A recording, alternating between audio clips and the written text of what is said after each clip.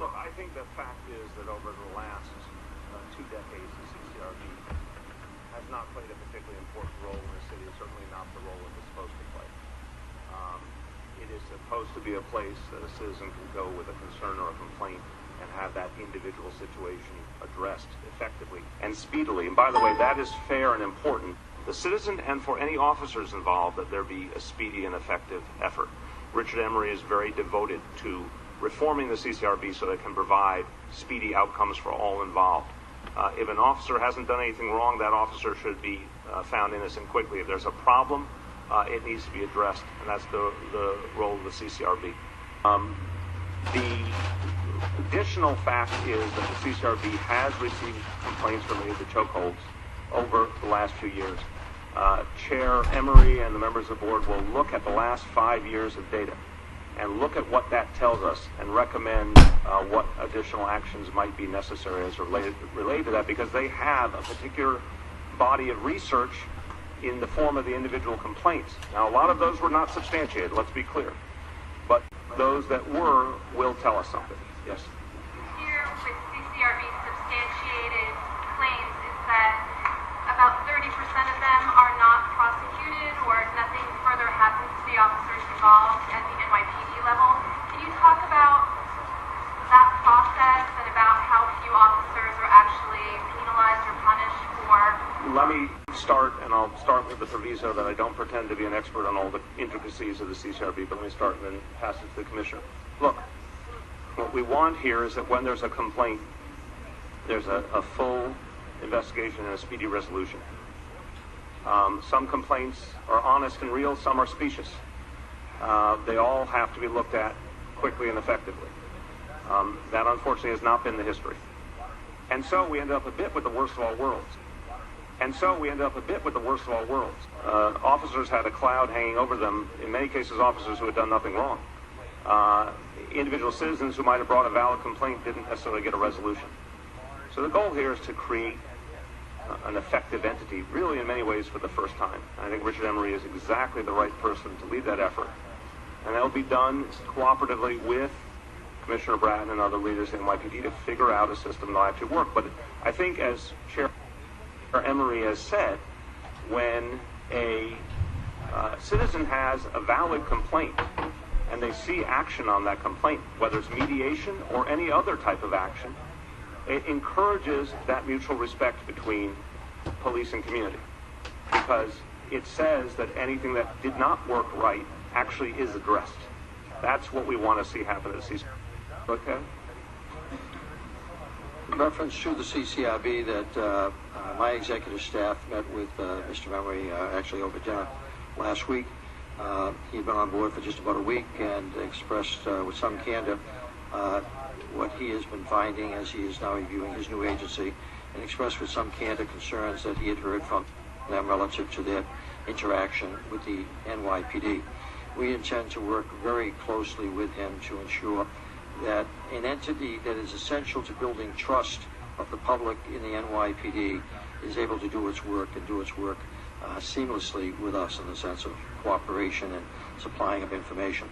As it relates specifically to the chokehold issues, that and the figure that's been put out there, over 1,000 reported incidents, remind you of the old adage that the devil is in the details.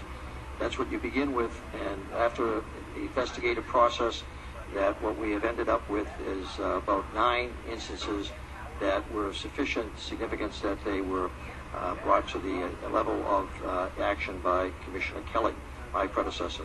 During my 7 months as police commissioner, none of these cases have come before me.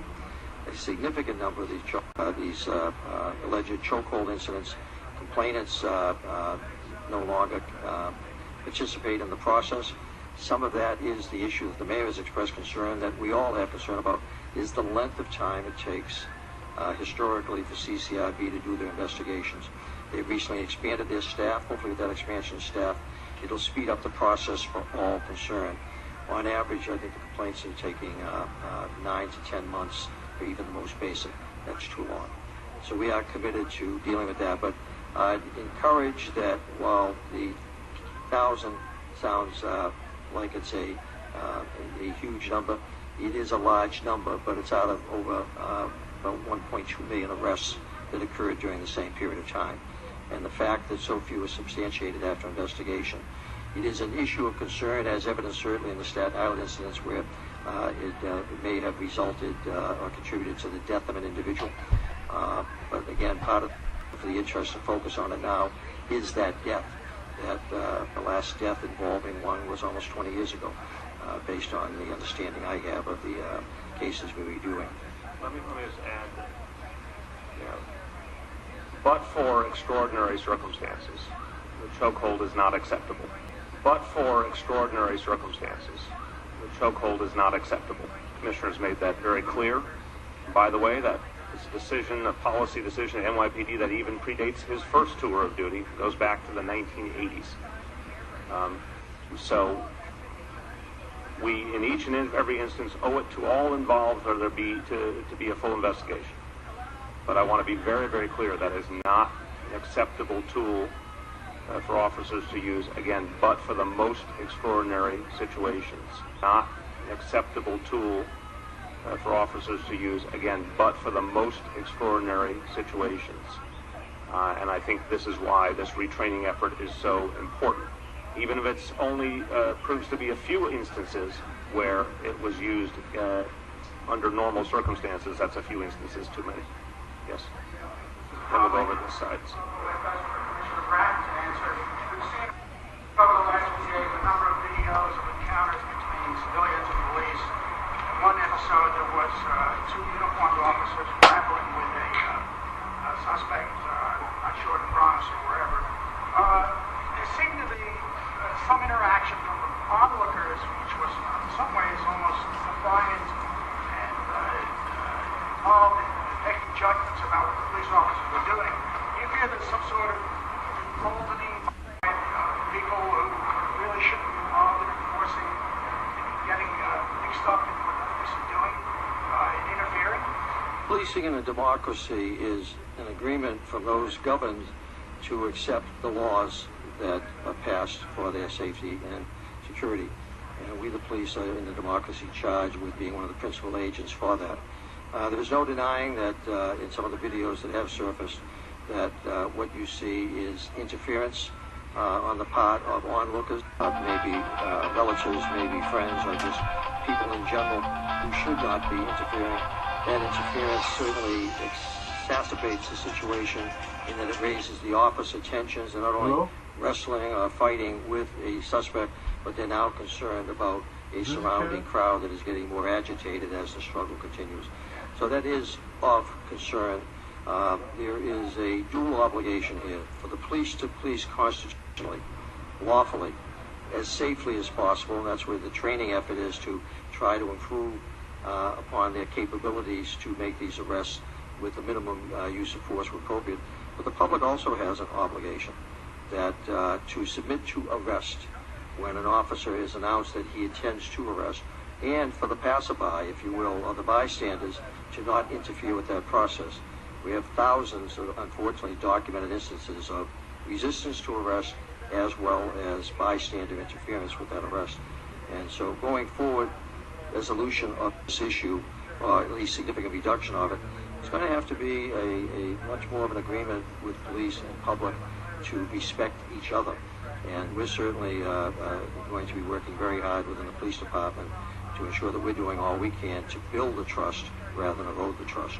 I want to go to this side, but just adding a comment. And again, it's difficult in the context of any moment to remember the history as clearly as we should. But the history suggests there has not been the kind of cooperation necessary. And we have to create that. And we're not going to rest until we create it. So when every New Yorker knows that they're being treated respectfully, as the Commissioner said, I think very effectively, in a democracy, police are here to protect us, at our request. And we need to create an atmosphere of respect and cooperation that pervades the city, every block. And in that context, the two-way street becomes very clear. That each New Yorker has an obligation to work with the police, and each police officer has an obligation to respect the people they serve. That's what we're committed to. We think it can be achieved. We know it wasn't true always in the past, and we have, unfortunately, a challenge of undoing some of the mistakes of the past. But we believe if you create that respectful atmosphere, then people are more willing to work with the police, to inform the police of things they need to know, to respect the specific instructions of the police. That is the city that we have to create.